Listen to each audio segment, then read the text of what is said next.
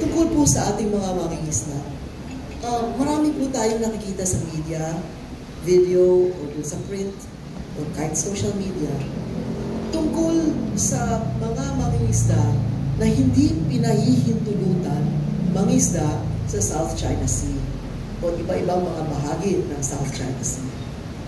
So, minsan may nai-interview na ilang mga 4-5 na mga mangingisda.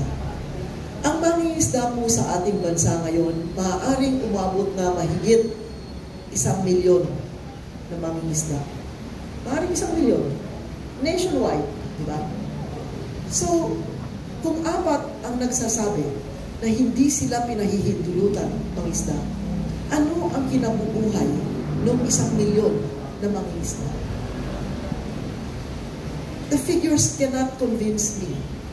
The figures cannot convince me that China alone can stop 1 million fishermen from fishing in the South China Sea. Dapat alamin natin, ano ba naging dahilan? Ano ba? Kasi kung pupunta tayo doon, ano ba, sino sasama? Ano ba, merong magpahiram sa akin ng sasakyan, ba? Huwag naman bangka. At least naman may motor. Sasama ako, punta ako. Mangingisda ako doon. Meron bang titigil sa akin? Pasasabugin ba ako?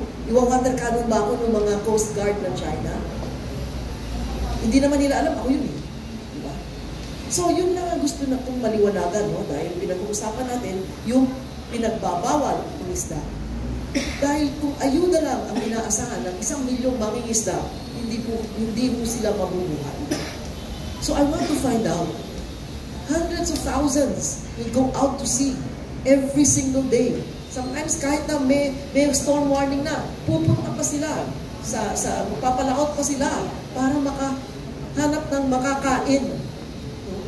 So, kung hindi ko naririnig yung mga nangingisda na pinahintulutan mangisda o dapat bigyan ng pagkakataon mangisda. Dahil napakalawak po ng dagat na yan eh. Hindi yung pwedeng kuralan yan at bantayan. Hindi ho mangyayari yan. Ang pinaka-importante ngayon ay kailangan may dialogo. Dialogo na maliwanag, na intelihenteng uri ng dialogo, na yung mga mag-uusap, may paggalang sa isa't isa. Nang sa ganon, I go back to my first premise, na yung Pilipino ay dapat yun ang makinabang sa anumang desisyon na mangyayari dyan. At yung digmaan, ang hindi dapat pag-usapan.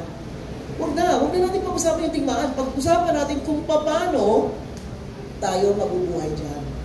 Whether langis yan, whether isda yan, kung ano man ang nandyan sa South China Sea na yan, pag pinag-usapan natin yan, walang mamamatay, walang mapipinsala. Pero sa ginagawa natin girian, hindi ko alam kung naglalaro lang tayo, kung para tayo nasa high school, may kaaway tayo, di ba? Nagigirian tayo, pataasan ng ihi. Sabi nga ng iba, pataasan ng ihi. Ganun ba ang ating diplomasya? Ganun ba ang ating kinagisnan o kinalakihan o itinuro sa atin na tamang paraan para makipag-usap sa maaaring hindi pa tayo nagkakaintindihan? Gera ka agad? Sandali lang. Kaya ba natin yun? Diba? Pero kung meron tayong pinag-uusapan, na sa maayos tayo, nagpupo tayo sa lamesa, ganito, magmaliwanag ang ating pinag-uusapan, wala akong mamamatay sa usap eh. Diba? Kaya yun po ang isang bagay. Mahalaga yung pamumuhay at yung mga binubuhay ng ating mga mangingisda. Mahalaga. Walang question po yan. So, kung 1 milyon na sila nakakapag-isda doon, at yung 5 ay nagre-reklamo na hindi sila pinahihintulutan, dapat yun ay imbestigahan. Tingnan natin kung ano nasa ilalim. Ano ba yung kailaliman ng mga ganitong pagkapangyayari? Okay, again, maraming